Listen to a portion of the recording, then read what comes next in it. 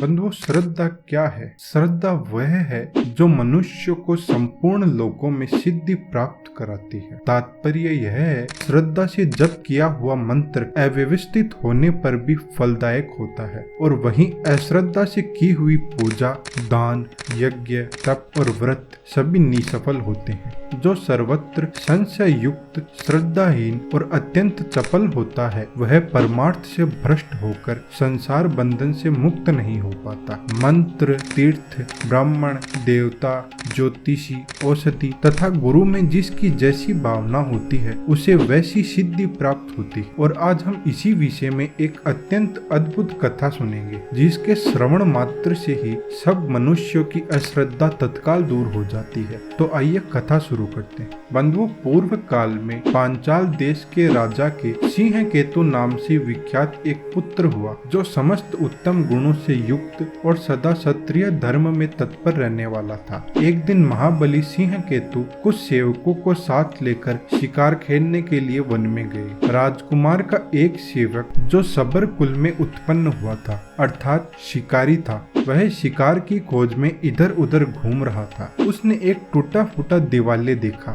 उसके चबूतरे पर एक शिवलिंग पड़ा था, जो पीठ से टूटकर अलग हो गया था। सबर ने उसे मूर्तिमान सौभाग्य की बाती देखा। पूर्व कर्म से प्रेरित होकर उसने उस शिवलिंग को शीघ्रता पूर्वक उठा लिया और बुद्धिमान राजपुत्र को दिखाया और कहा कि हे प्रभु, देखिए, यह कैसा सुंदर शिवलिंग है। मैंने इसे यहीं देखा है। मैं आदर पूर्वक इसकी पूजा करूंगा। आप मुझे पूजा की विधि बता दे, जिससे मंत्र न जानने वाले मुझ जैसे पुरुषों के द्वारा भी की हुई पूजा से भगवान शिव प्रसन्न हो। निषाद के इस प्रकार पूछने पर परिहास कुशल राजकुमार ने हंसकर कहा, शिवलिंग को शुद्ध आसन पर स्थापित करके सदा संकल्प पूर्वक नूतन जल से अभिषेक करे। शुभ गंध, अक्षत, वन के नए नए पत्र, पुष्प तथा धूप दीप आदि के द्वारा पूजन करे। चिता का भस्म चढ़ाए और अपने भोजन करने योग्य अन्न के द्वारा भगवान को नैवेद्य लगाए। पुनः धूप दीप आदि उपचारों को अर्पित करे। यथा योग्य नृत्य,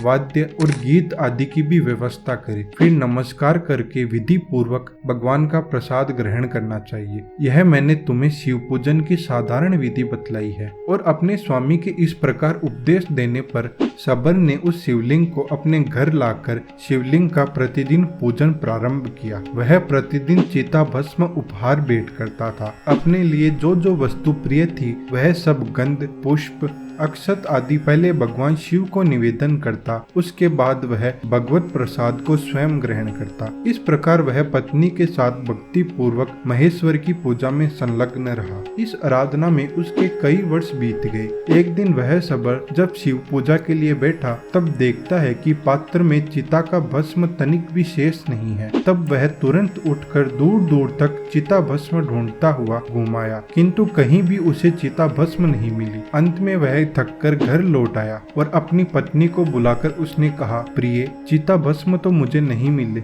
बताओ, अब मैं क्या करूं? आज मुझ पापी के शिव पूजन में विघ्न पड़ गया। पूजा के बिना मैं क्षण भर भी जीवित नहीं रह सकता। पति को इस प्रकार व्याकुल देख सबर की पत्नी ने कहा, नाथ, डरिए मत, मैं एक उपाय बताती हूँ। यह अपना घर बहुत दिनों का पुराना हो गया है। मैं इसमें आग लगाकर उस अग्नि में प्रवेश कर जाऊंगी। इससे आपके लिए बहुत सा चिता भस्म तैयार हो जाएगा। इस पर सबर ने बोला, प्रिय, यह मानव शरीर ही धर्म, अर्थ, काम एवं मोक्ष के सबसे श्रेष्ठ साधन है। इस नवयौवन संपन्न सुखोचित शरीर को क्यों त्याग रही हो? सबर की पत्नी ने कहा, जीवन की सफलता इसी में है कि दूसरों के हित के लिए अपने प्राणों को त्याग दिया जाए, और फिर साक्षात शिव के लिए जो स्वयं प्राण त्याग करे, उसके लिए तो कहना ही क्या है। मैंने कौन सी घोर तपस्या की है, जिससे भगवान शिव की प्रीति के लिए प्रज्वलित अग्नि में अपने शरीर का त्याग करती हूँ। अपनी पत्नी की इस प्रकार स्थिर बुद्धि और शिव भक्ति देखकर दृढ़ संकल्प वाले सबर ने तथास्तु कहकर उसकी सराहना की। सबरी ने स्वामी की आज्ञा पाकर स्नान से पवित्र हो अलंकार धारण किया और अपने घर में आग लगाकर अग्निदेव की भक्ति पूर्वक परिक्रमा करके अपने पति देव अथवा गुरु को नमस्कार और हृदय में भगवान सदाशिव का ध्यान करके अग्नि में प्रवेश करने के लिए उद्यत हो हाथ जोड़कर इस प्रकार सत्वन किया, हे देव, मेरी इंद्रियां आपकी पूजा के लिए पुष्प हो, यह शरीर धूप हो, हृदय दीपक हो, प्राण नैवेद्य का काम दे और कर्मेंद्रियां आपके लिए अक्षत हो।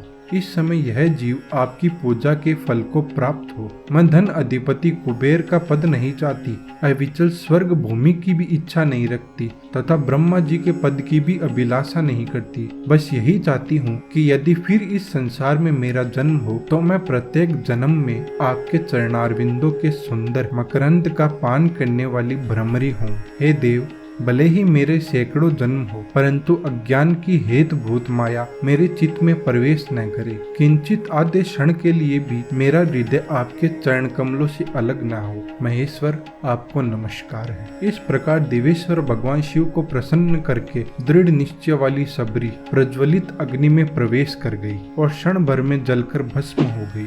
फिर सबर ने उस भस्म को लेकर जले हुए घर के समीप ही भगवान शिव का पूजन किया। पूजन के अंत में उसने प्रसाद लेने के लिए नित्य आने वाली अपनी प्रियतमा का स्मरण किया। स्मरण करते ही वह पहले की भांति हाथ जोड़कर सामने खड़ी दिखाई दी। पत्नी को देखकर तथा जलकर भस्म हुए घर को भी पूर्ववत स्थित पाकर सबर आश्चर्यचकित हो सोचने लगा, मेरी पत्नी तो प्रत्यक्ष अग्नि में जल गई थी, यह जीवित कैसे हो गई? पता नहीं यह स्वप्न है अथवा ब्रह्म डालने वाली माया। इस प्रकार विचार करते हुए सबर ने अपनी स्त्री से पूछा, प्रिय, तुम तो अग्नि में भस्म हो गई थी, यहाँ कैसे आ गई?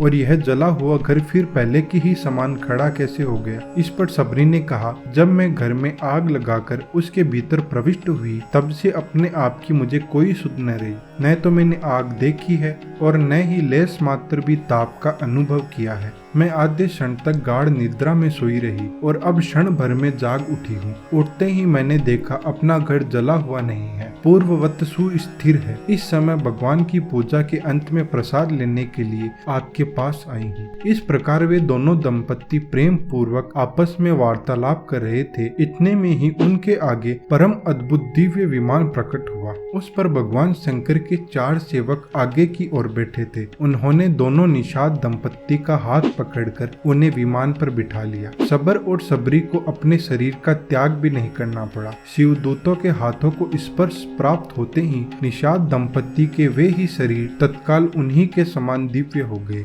बंधुओं, इसीलिए समस्त पुण्य कर्मों में श्रद्धा ही करनी चाहिए, क्योंकि सबर ने श्रद्धा के बल से योगियों की गति प्राप्त की। अतएव जिसके चित्त में सदा भगवान शिव की भक्ति और श्रद्धा बनी रहती है, उससे बढ़कर तीनों लोकों में कुछ भी श्रेष्ठ नहीं है। बंधु, अवश्य ही कलयुग में ये संभव नहीं है, क्योंकि इस घोर कलयुग में श्रद्धा और भक्ति केवल नाम मात्र की रह गई है। परंतु इतना अवश्य है कि हम इस घोर कलयुग में थोड़ी सी ही भक्ति और श्रद्धा से अपने पाप कर्मों को नष्ट कर सकते हैं और उत्तम लोक को प्राप्त हो सकते हैं।